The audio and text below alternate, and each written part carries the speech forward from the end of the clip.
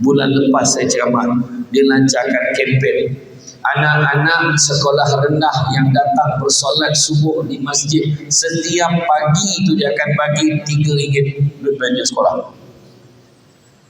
Ramai budak-budak tu, ayah kata pergi, jangan tak pergi. Bapaknya suruh pergi, bapaknya pun tak pergi. Lepas tu untuk orang dewasa pula, siapa yang berjaya 30 hari berturut-turut berjemaah subuh di masjid, dapat cabutan bertuah untuk menang skuter. Serda Palung memang bukan Masjid Sayyidina Osman Affan. Palung 14 Poland ke jempol, bayangkan. Sampai macam tu sekali nak memberikan galakan kepada orang. Nampak tak? Jadi kita kena mudah-mudahan masuk dalam senarai, tak disibukkan dengan pekerjaan kita. Kita memang sibuk, hari-hari bekerja, hari-hari ada je benda nak buat. Tetapi bila timbul masuk je waktu solat, terdengar je waktu solat, reminder kat phone waktu solat, dah standby dah nak solat. Kalau dulu tak solat, sekarang ni solat. Dulu solat tapi lewat, sekarang solat awal waktu. Dulu Alhamdulillahillazi arsala rasulahu bil huda wa dinil haqq liyuzhirahu 'ala ad-dini kullihi walau karihal kafirun walau karihal musyrikun walau karihal muslimun. Subhanaka la ilma lana illa ma 'allamtana innaka antal alimul hakim.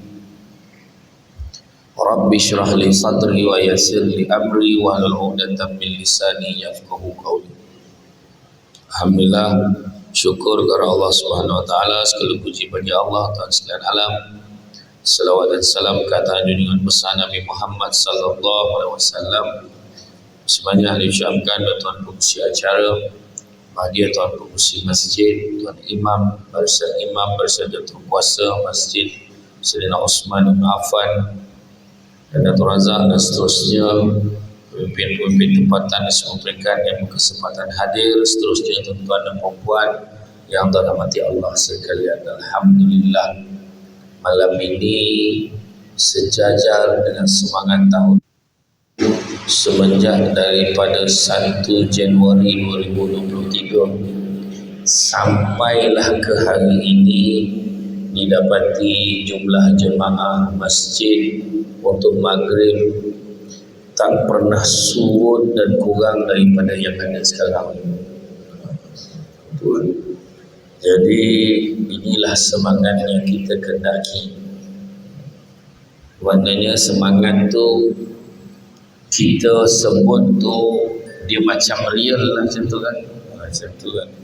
Tapi memang saya difahamkan jemaah di sini memang tak pernah surut daripada ini. Dan alhamdulillah. Jadi tuan-tuan dan puan-puan rahmati Allah sekalian, kita jari di tangan ni pengkar lagi nak menulis 2022. Tak berapa mahir lagi nak tulis 2022 tu, tiba-tiba dah kena tulis 2023. Bahan ramai yang buat kenduri minggu ni salah mesej, tertulis 2022 lagi. Dan sebab nak bagi tahu betapa singkatnya masa. Salah satu tanda akhir zaman itulah dia.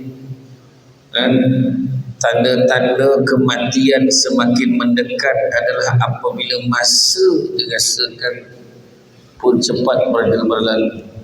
Bila kata masa cepat berlalu, bukannya dia pantas perjalanannya, tak, putaran bumi matahari sama. Cumanya kita merasakan masa pantas berlalu. Baru aja kita rasa baru selesai berpuasa hari itu. Baru aja. Tiba-tiba hari ini dah dengar balik dialog bang tahun ni tema kalau apa. Dan bulan 1 ni saat yang paling kritikal untuk tempah baju, pilih kain, dan sepersalinan untuk balik ke kampung mertua dan kampung sendiri. Malahan Cina-Cina yang menempah baju tu, menimba tempahan baju pun siap bagi tahu Masuk Sa'ban kami tak terima lagi. Bayangkan. Kedai Cina pun pakai bulan Islam. Buat macam mana? Punya dahsyat kan sekarang. Jadi apabila pantasnya masa berlalu, macam baru hari itu raya ni dah nak puasa balik, maknanya kita dah semakin dekat dengan kematian. Budak-budak kecil yang sekolah rendah tu tanggungjawab tak banyak. Jadi dia tu bila dia berpuasa tu kan, dia rasa ya Allah lambatnya berbuka. Budak-budak kecil masuk sekolah menengah, dia dah pandai berkawan, dia dah pandai bersukan, dia dah pandai buat macam-macam benda. Dia dah mula rasa cepatnya nak berbuka, tapi lambat betul nak raya. Tapi kita sekarang ni baru itu raya, dah nak raya balik, dah nak puasa balik. Itulah keadaan. Saya pun rasa macam excited tu pergi umrah.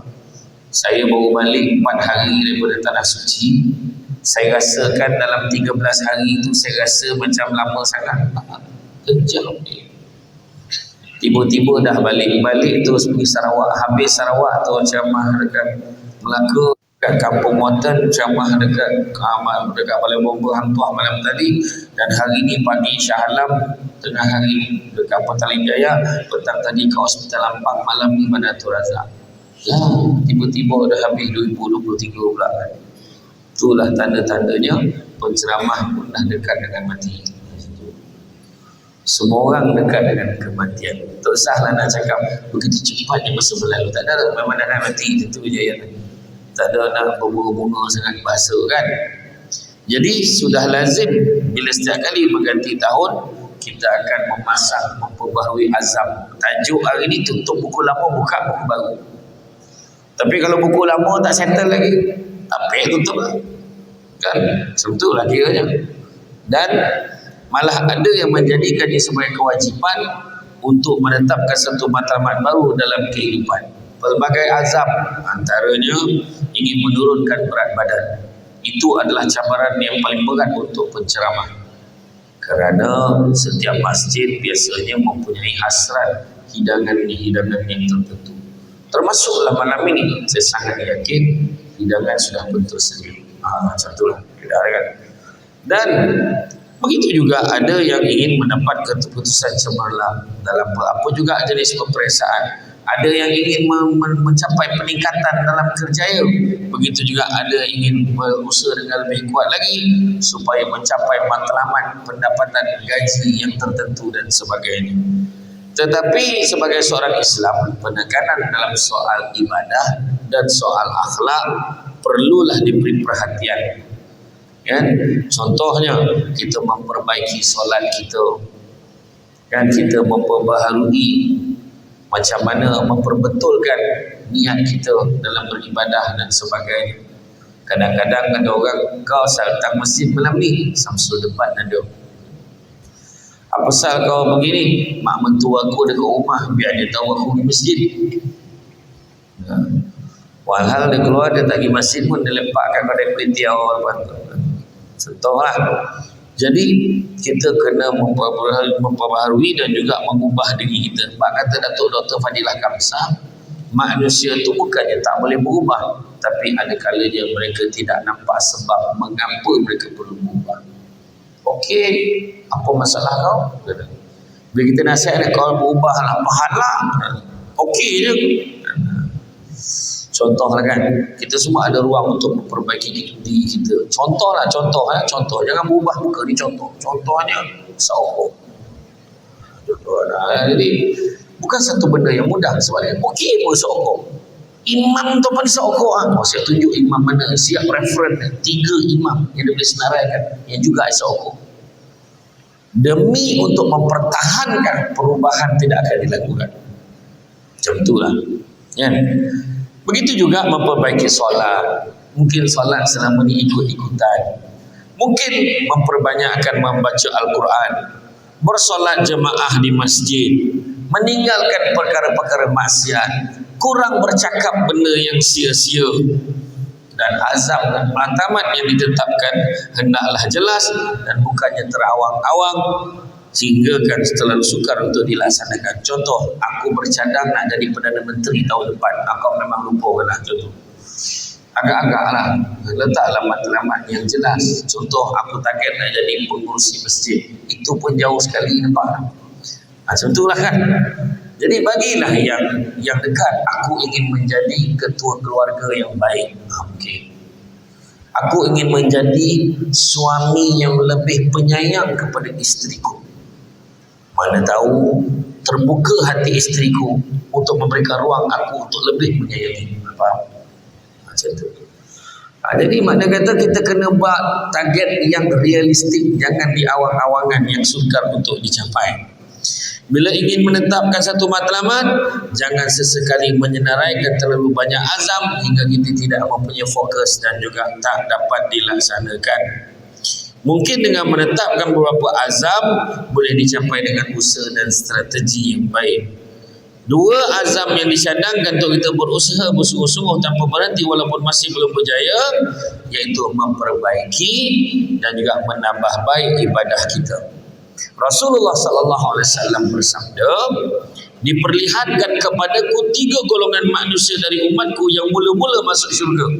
Tengok. Diperlihatkan kepadaku 3 golongan manusia dari umatku yang mula-mula masuk syurga. Siapa yang mula-mula masuk syurga? Senarai awal. Ini senarai ini mustahab. Hari itu ramai orang kecewa nama tidak disenaraikan. Ini cerita politik lain.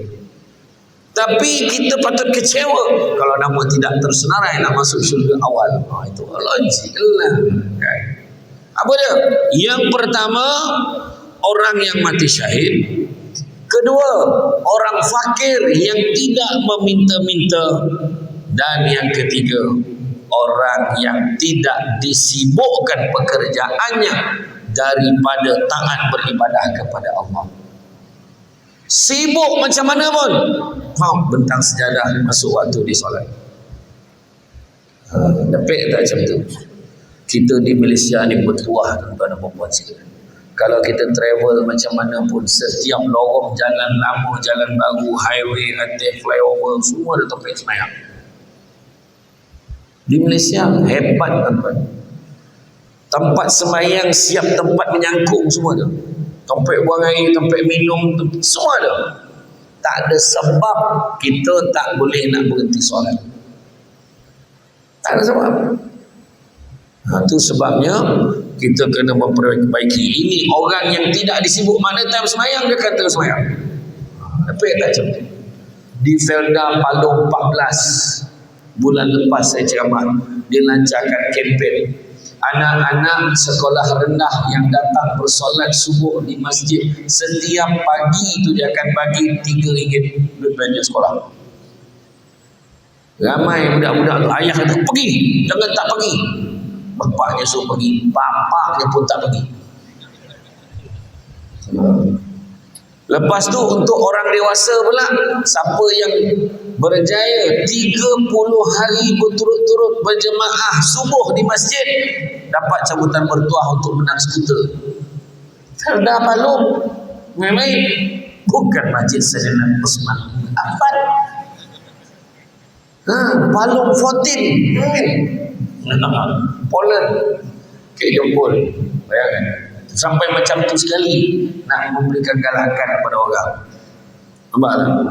Jadi kita kena mudah-mudahan masuk dalam senarai, tak disibukkan dengan pekerjaan kita. Kita memang sibuk, hari-hari bekerja, hari-hari ada je benda nak buat.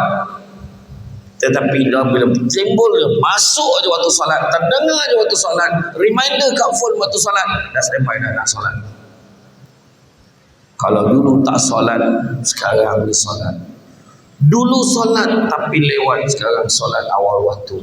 Dulu solat awal waktu tapi semayang seorang, sekarang semayang berjemaah. Dulu semayang berjemaah tapi habis semayang berkecapui balik. Do you understand by the words berkecapui? Berkecapui ni kata orang KL berdesuk. Kata orang Negeri Sembilan tu menculit, itu laju betul. Ya? Jadi sila buka kamus Negeri Sembilan. Maknanya lepas sembahyang kelang kabut balik. Tapi sekarang lepas sembahyang dia tunggu ikut imam berzikir. Dulu ikut imam berzikir, habis doa balik. Sekarang lepas berdoa dia sambung mengaji Quran. Antara waktu maghrib dengan waktu isyak tu dia tunggu sampai isyak. Contoh, dia ikut kitab-kitab yang diajar oleh ustaz-ustaz guru takmir di masjid ni. Untuk maklumat semua, khususnya yang baru hadir pertama kali pada malam ini, ingin saya nyatakan bahawa masjid ini ada kuliah setiap malam, kecuali hari Sabtu malam Ahad kerana memberi masa untuk bersama dengan keluarga. Ke Sabtu malam pun ada juga. Tak? Tak ada kan? Ada juga, maknanya hari-hari ada. Jadi jangan datang malam ni aja. Ya, malam ni Samsul debat. Dia kata tadi untuk mengambil ceramah berprofil tinggi dia kata tadi. Berskala tinggi macam mana? Macam tu lah ayat maka main lagi dahsyat betul. Jadi betul. Nak panggil penceramah-penceramah hari-hari yang top 5 Malaysia, mana? Saya tak cakap saya dia kan. Jadi semua sumbanglah duit dalam tabung. Itu pun azab juga. Dia ada sampai tabung, bertukar-tukar tabung. Tabung tu nampak baru je. Duit lama. Jadi eloklah kita memulakan azam kita memperbaiki dan menambah baik ibadah kita kepada Allah, dan jangan kita dilekakan dengan dunia. Elok kita mulakan tahun baru berazam untuk solat pada awal waktu secara berjemaah, membanyakkan membaca Al-Quran, menunaikan solat sunat seperti solat sunat duha, dan kita juga perlu berusaha memperelokkan akhlak kita seperti kurangkan bercakap yang sia-sia, sebaliknya lebih banyak berzikir dan mengingati Allah Subhanahu wa taala. Baginda SAW bersabda, sesungguhnya sesuatu yang paling utama dalam mizan yang ditimbangan pada hari kiamat kelak ialah akhlak yang baik. Kekayaan yang paling besar adalah akal, dan yang paling besar adalah bodoh. Keburukan adalah terpesona pada diri sendiri, dan semulia-mulia perbuatan adalah akhlak yang baik. Saya ulang ulang. Kekayaan yang paling besar adalah akal. Kemiskinan yang paling besar adalah bodoh. Keburukan yang paling buruk adalah terpesona pada diri sendiri, dan semulia-mulia perbuatan adalah akhlak yang baik. Itu dia. Akal penting. Bila cakap terpesona pada diri sendiri, itu adalah keburukan yang paling buruk. Dia rasa dia good, dia rasa dia baik, dia rasa dia hebat. Sendiri rasa hebat. Salah. Orang yang tidak cantik merasakan diri dia tidak cantik, orang itu cantik sebenarnya. Orang yang cantik merasakan diri dia cantik, orang itu tidak berapa cantik. Orang yang cantik merasakan dirinya tidak cantik, ya Allah cantiknya dia. Orang yang buruk rasa diri dia cantik, boleh bayang tak betapa buruknya dia. Macam itulah kira. Saya tak payah ulang lah tu kan, faham lah tu kan. Boleh-boleh lah aku menyebut nanti kan. Allah SWT juga berfirman, apabila kamu berazam memulakan tekad, maka bertawakallah kepada Allah. Sesungguhnya Allah menyukai orang bertawakal kepadanya. Surah Ali Imran ayat 159. Dalam kita nak berubah, ada dua halangan yang paling besar. Pertamanya hawa nafsu, dan yang keduanya tidak yakin. Pertama hawa nafsu, kedua tidak yakin. Contohnya tengah bersiap-siap nak pergi masjid. Di mana Bang Haji? Di masjid lah. Di mana lagi? Apa? Kan pada janji malam ni makan sama. Oh, lupa pula. Tak apalah, besoknya lagi masjid. Gantung beli baju tu tak jadi pergi masjid. Kalah dengan hawa nafsu, wujukan daripada seorang isteri. Ataupun tengah siap-siap, abah gimana? Abah nak pergi masjid no. Abah kata malam ni kan nak pergi pasar malam. Dia tak iya pula lah. Ayolah, jom. Kita lah, tak jadi pergi masjid. Itu hawa nafsu. Saya bukan cerita hawa nafsu yang berat-berat ni, yang simple. Jadi kita kena berjuang untuk atasi benda tu. Hawa nafsu ni perlukan jihad. Dengan siap pergi mana Bang Haji? Pergi masjid. Kan abang kata nak makan sesama malam ni.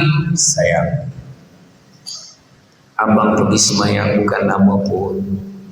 InsyaAllah kalau abang nampak Imam Sabah tu nak ke depan aja, abang akan jadi imam. Imam Sabah ni memang sabar sikit bacaannya, biar abang yang ke depan. Dia dah tahu dah Imam Sabah. Imam Sabah sekarang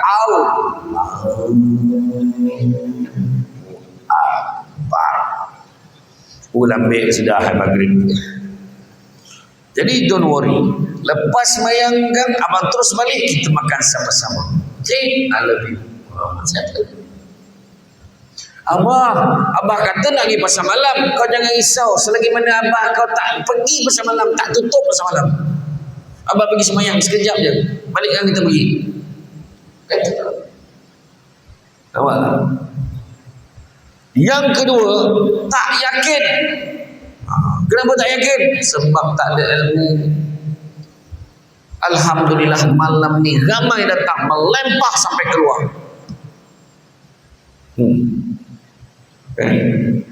Cuma yang tak datang lagi ramai. Yang datang ni yang yakin. Yang datang ni orang yang ada ilmu, insya-Allah. Sembahyang berjemaah, pahalanya berapa kali ganda lebih berbanding sembahyang seorang. Berapa? Sebab ijma' ulama sependapat. Semua, tak ada satu pun yang jawab 26. Tak ada seorang pun jawab dalam 20 lebih macam tu lah. Tak ada. Semua jawab dengan yakin 27. Jawab dengan perempuan 27.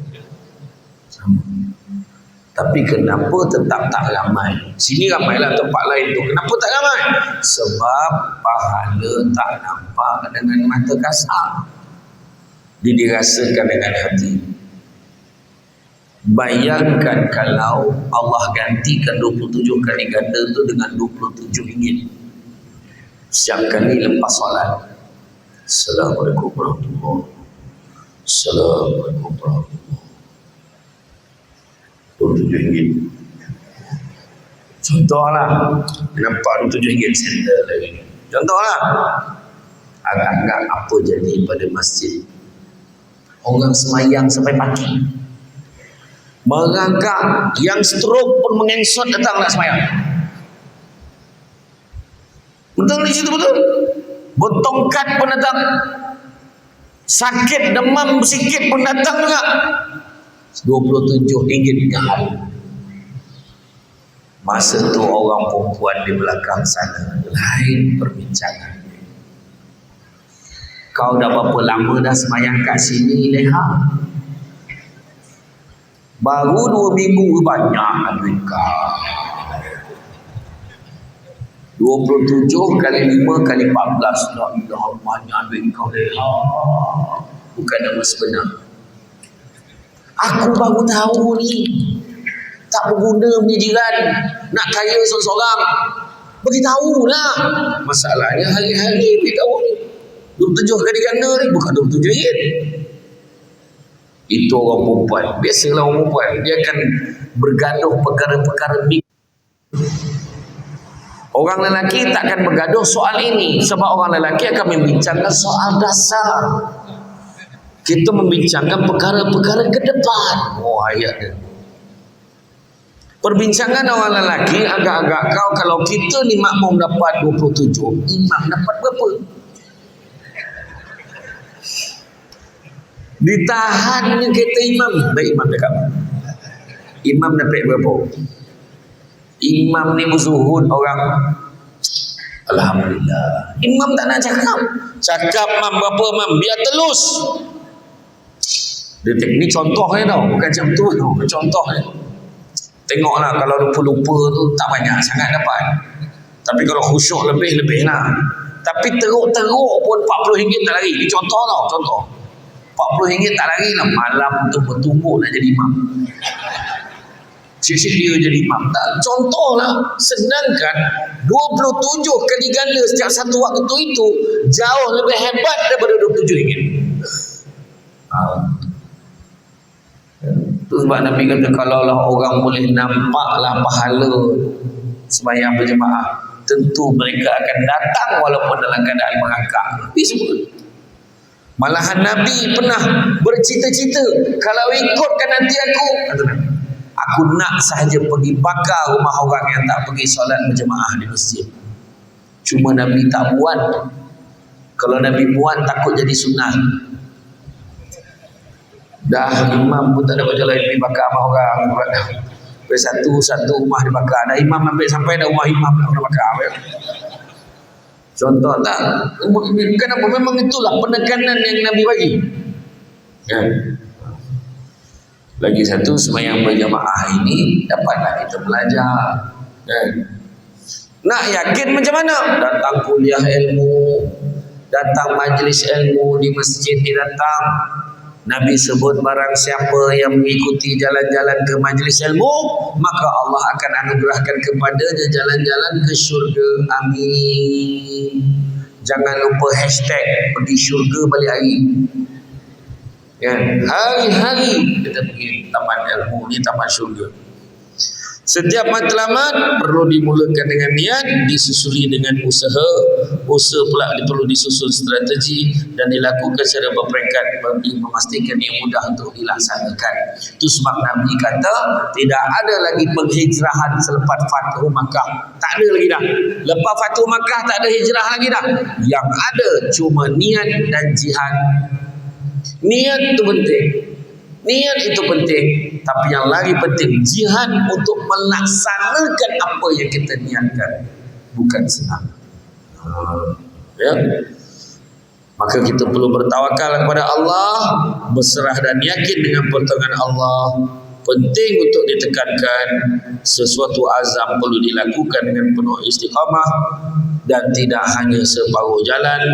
Tidak ramai yang mampu beristiqamah, apatah lagi sekiranya tiada sokongan, kerana fitrah ujian dan dugaan sudah tentu akan melemahkan kita.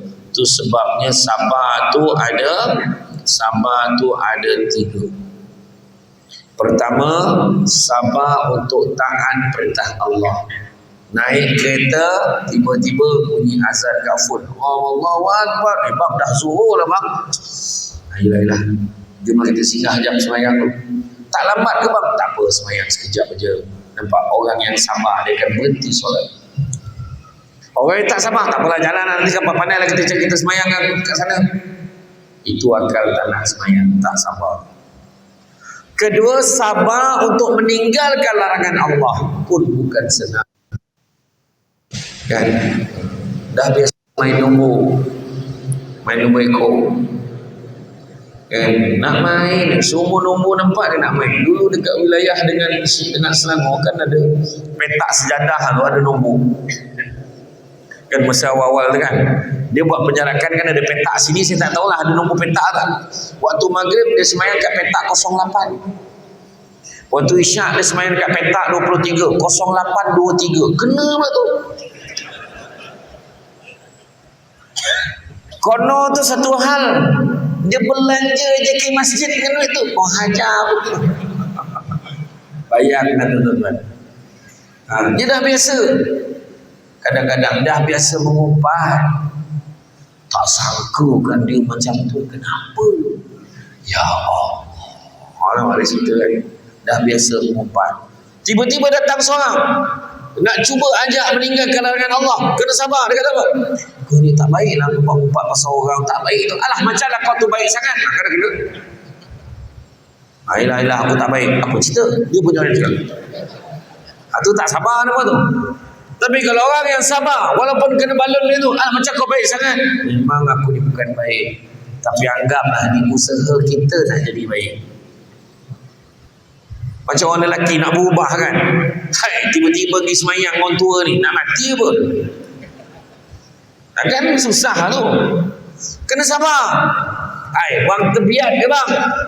Abang bukan buang tebiat, tapi usaha nak buang tabiat lama ganti dengan tabiat yang baru. Satu.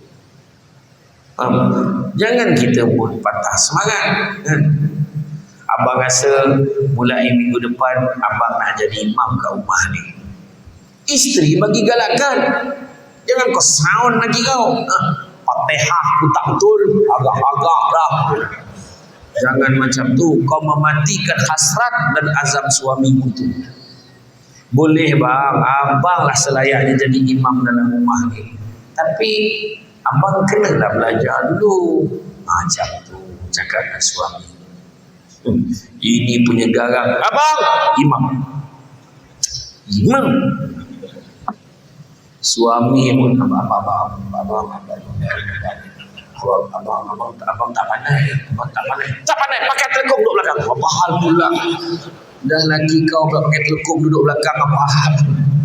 Aduh, garang betul bini dia kan. Allahu Akbar bini dia. Kan? Jangan baik-baik kan? Macam tu. Ya.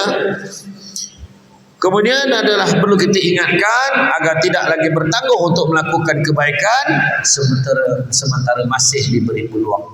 Dunia ini sementara sifatnya. Jadi kalau nak berubah sekarang, kalau ikutkan Sami Velu lagi cepat pada tu. Hari ni post semalam sampai. Dia kata macam ni. Nak berhenti postman tu, ini macam mana nak buat ni? Kita akan mempertingkatkan perkhidmatan pos. Hari ni pos semalam sampai. Postman tu macam ni, macam mana nak buat ni?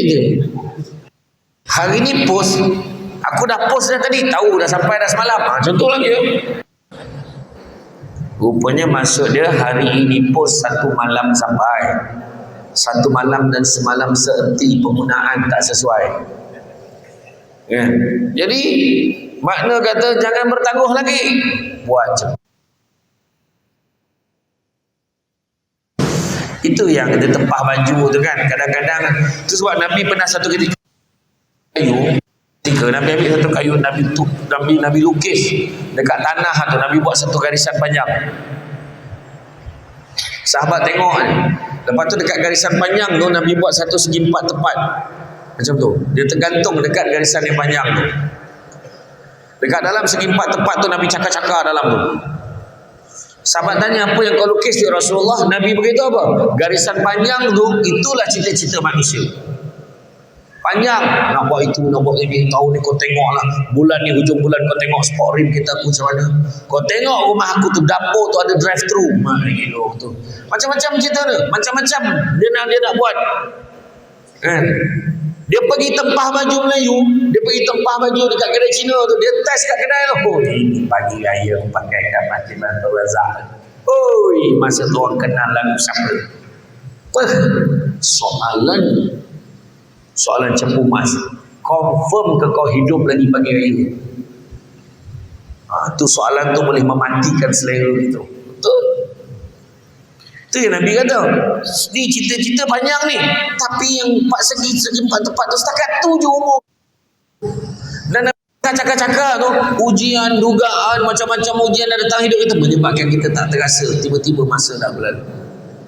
Itu sebabnya.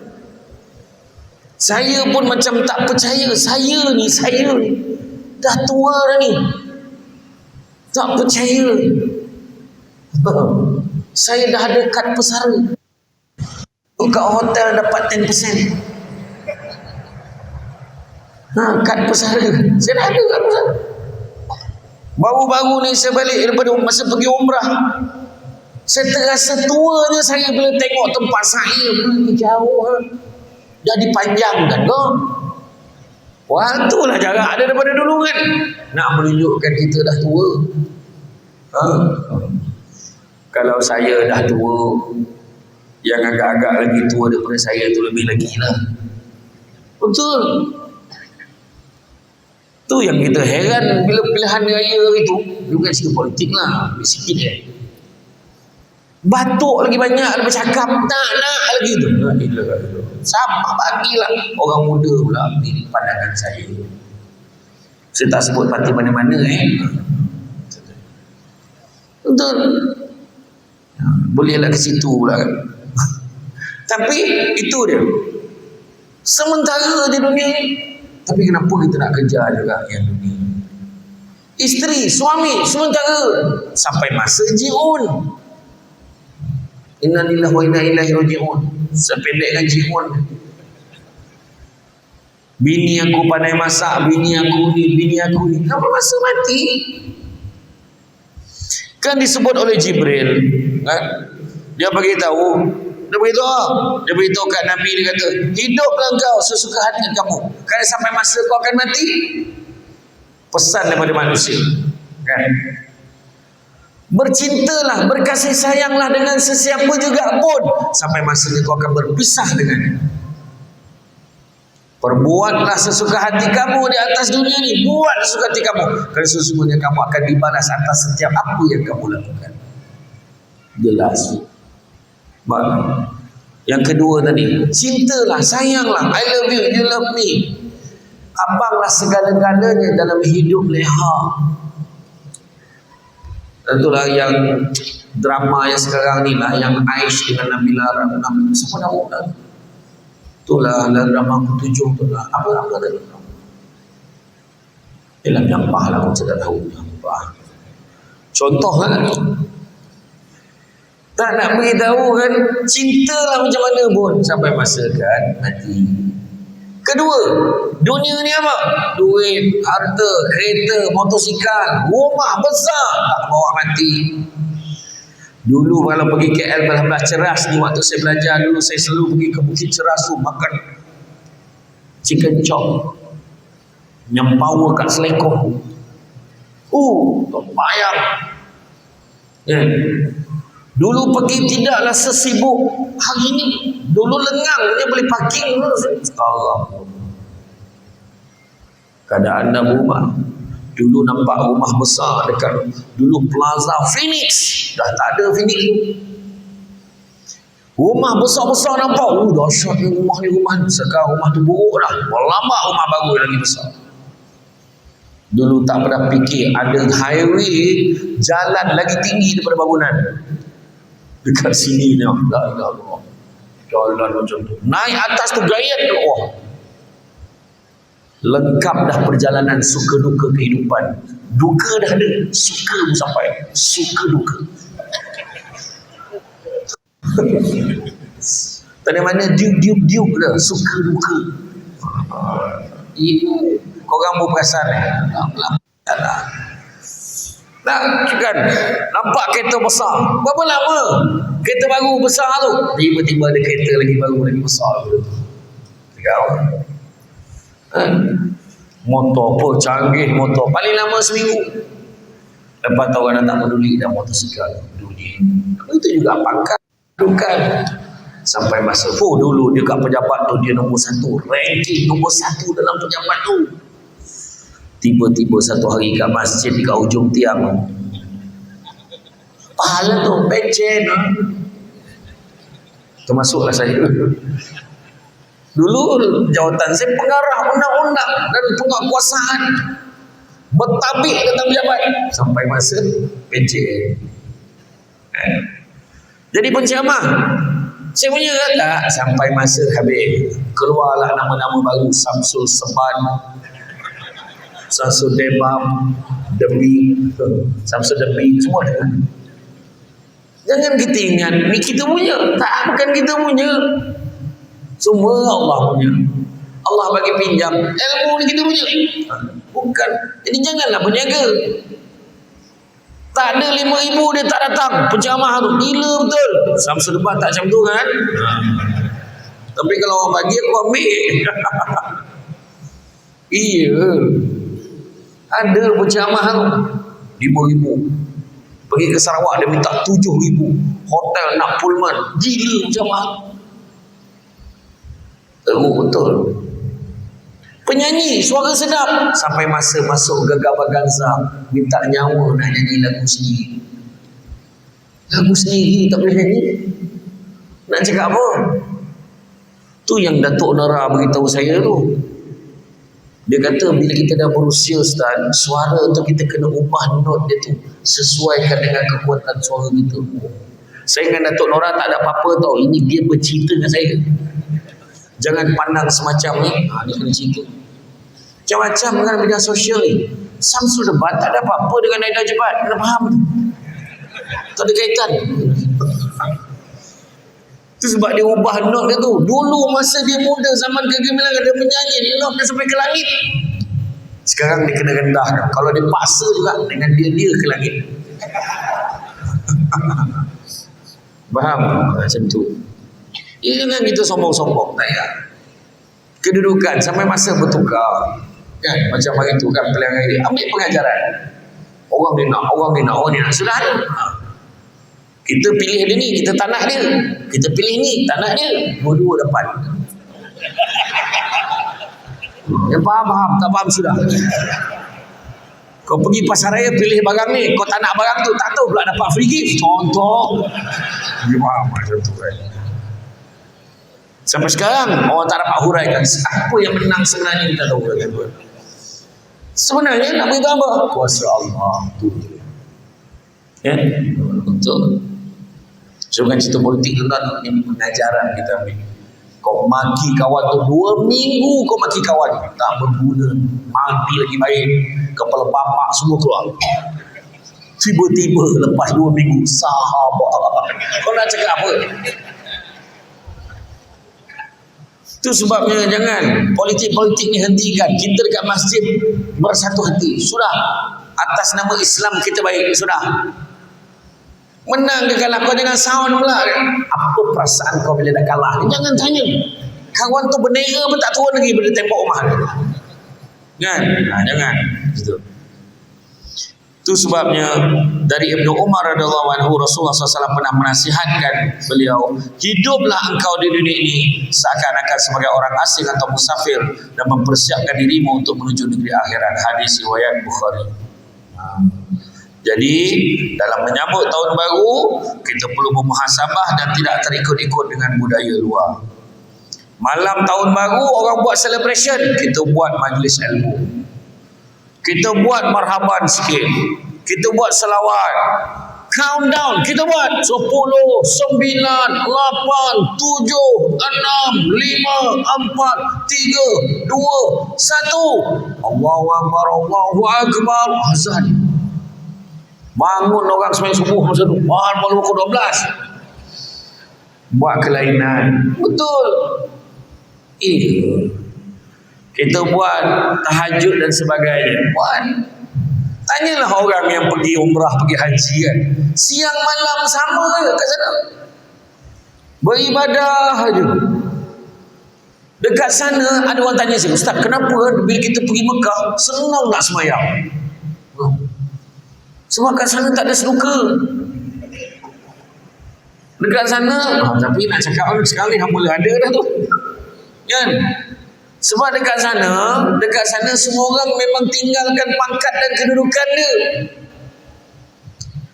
Pergi sana tak ada. Assalamualaikum, I'm Datuk Seri, jalan kau beratur. Tak ada, sama je. Samsul Debat tak Samsul Debat, beratur.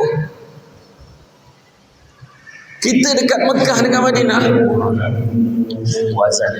Jadi sambung Jadi soalan orang tanya, kenapa dekat sana kita mudah, dekat tanah suci? Sebab kebiasaannya bila kita pergi, kita tak bawa apa yang kita ada, pangkat kita. Kalau bawa duit pun bawa sekadar yang kita rasa kita boleh bawa lah. Tak ada lah orang bawa kan sampai banyak-banyak mana, tak ada lah. Terbatas lah kalau kita pergi. Kadang semayang tu, depan sementara nak menunggu subuh tu, kita semayang. Semayang tu, sunat taubat. Kita buat sunat tahajud. Kedua sunat tasbih. Sampai satu tahap bangun tu semayang, kemudian dah niat, dah tak tahu dah semayang apa nak buat. Semayang.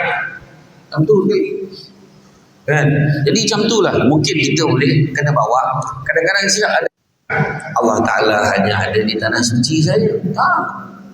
masuklah kita berada di negara kita kan. Itu sebab ada yang cakap, ada yang beritahu, kau nak pergi Mekah, kat sana nanti kau buang semua perangai-perangai kau yang tak elok tu kat sana. Kau ingat tong sampah, nak buang-buang sekarang sebelum pergi.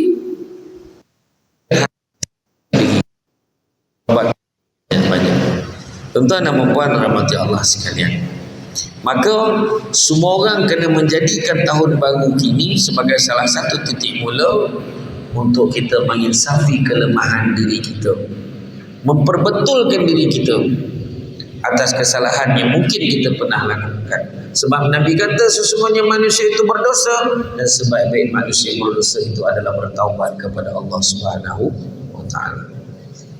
Saya nak kongsikan satu lembaran hikmah nukilan Buya Hamka yang bertajuk Terlena. Saya suka nak share.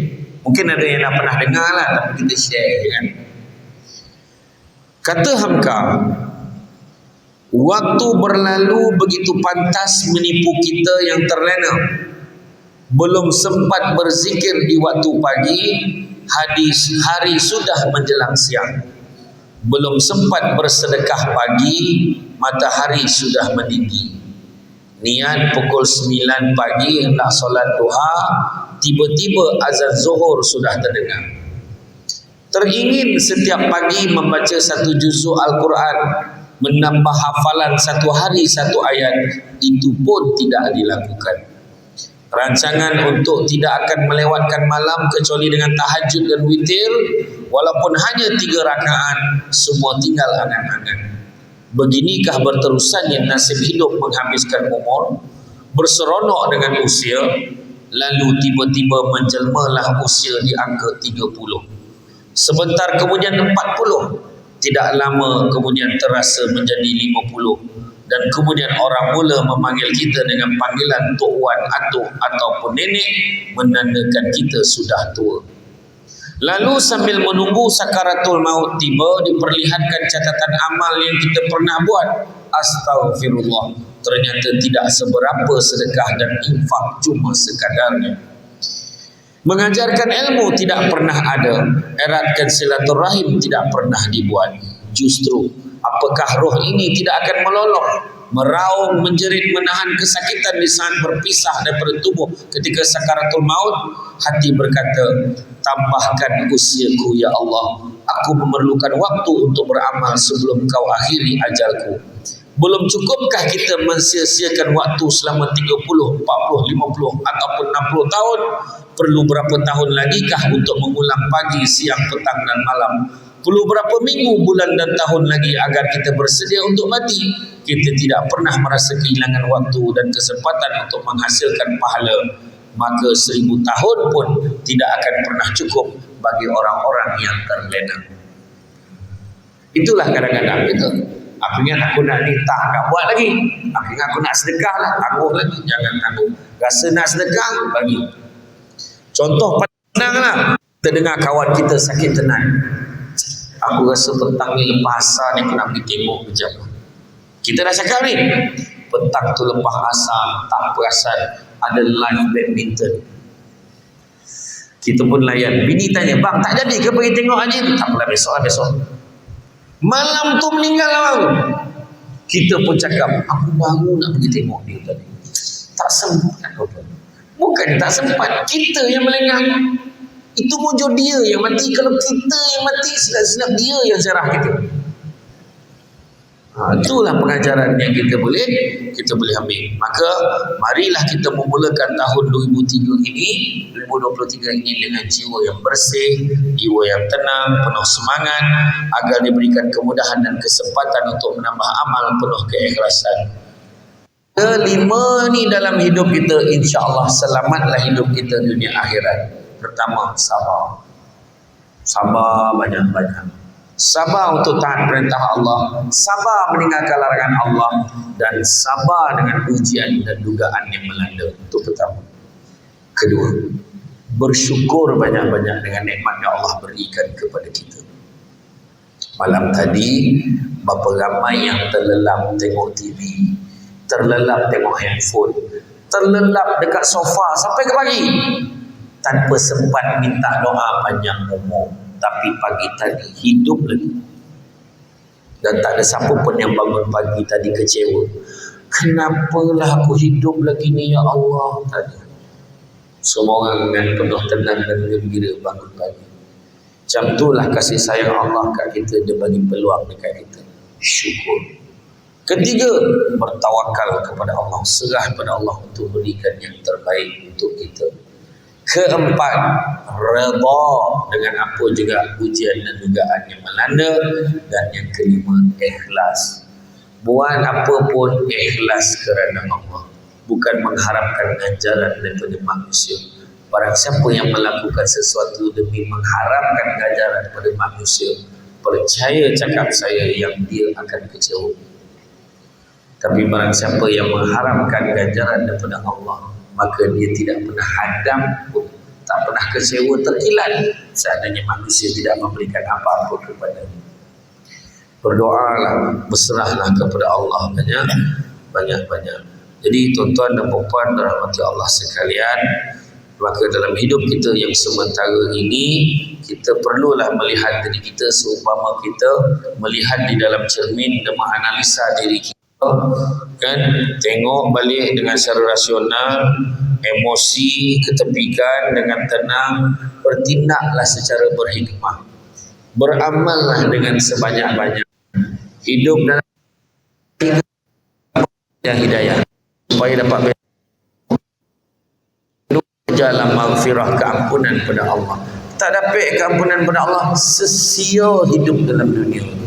Dan begitu yang ketiga, kejarlah rahmat daripada Allah. Hidayah, maghfirah, rahmat. Nak dapat rahmat Allah, sebab hanya rahmat Allah sahaja akan membuatkan kita boleh masuk dalam syurga. Dan nak dapat rahmat Allah, tak ada cara lain, beribadahlah dengan sebanyak-banyaknya. Jadi tuan-tuan dan puan-puan sekalian, dengan berganti tahun maka kita semakin berusia. Bila kita semakin berusia, semakin dekat kita dengan kehidupan kita yang seterusnya, mati dan kemudian dibangkitkan kembali. Oleh yang demikian, kita lihatlah pada surah Asy-Syura ayat yang ke-20, Allah pesan, barang siapa yang mengejar keberuntungan akhirat, nescaya kami akan tambahkan keberuntungannya itu. Maknanya dunia pun dapat. Namun barang siapa yang mengejar keberuntungan dunia, nescaya kami akan berikan sebahagian saja daripada keuntungan dunia itu, dan takkan ada satu bahagian pun untuknya di akhirat kelak. Jadi tuan-tuan dan puan-puan sekalian, cukup sekadar itu. Ya, mudah-mudahan tahun baru ini kita sulami, kita penuhkan dengan amal ibadah dan azam untuk menjadi manusia yang lebih baik dan berakhlak yang baik. Dan sebaik-baik perbuatan, semulia-mulia perbuatan adalah akhlak yang baik. Jadi tuan-tuan dan puan-puan sekalian, kata orang, sepandai-pandai tupai melompat akhirnya jatuh ke tanah jua. Walaupun perkongsian sudah tamat, mudah-mudahan meresap ke dalam jiwa. Cantik dipandang rumah penghulu, kayu terukir dari papan, alang-alang menuntut ilmu, sebutir pasir kembangkanlah menjadi intan. Percayalah pada hikmah, tanam tabu di topi rumah, cabut ubi sampai ke akar. Kalau hidup membaca hikmah, selaun garam terasa tawar. Budak-budak membawakanlah nak menjolok buah berangan. Kalau ada silap dan salah, dikata tidak, dicaci jangan. Tanang-tanang air di laut, sampan kelok beli ke tanjung, hati terkenang mulut menyebut jasa baik, pihak masjid menjemput rasa dan junjung.